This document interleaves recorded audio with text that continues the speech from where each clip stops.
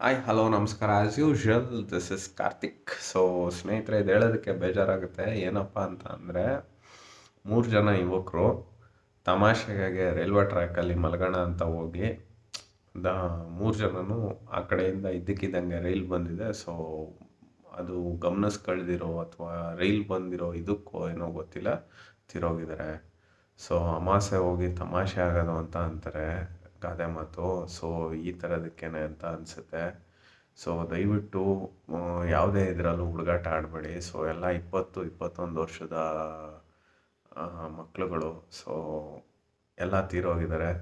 ಅವ್ರ ಆತ್ಮಕ್ಕೆ ಶಾಂತಿ ಸಿಗಲಿ. ಬಟ್ ಎತ್ತಿ ಒತ್ತಿದಂಥ ತಂದೆ ತಾಯಿಗಳ ನೋವು ಎಷ್ಟಿರ್ಬೋದು.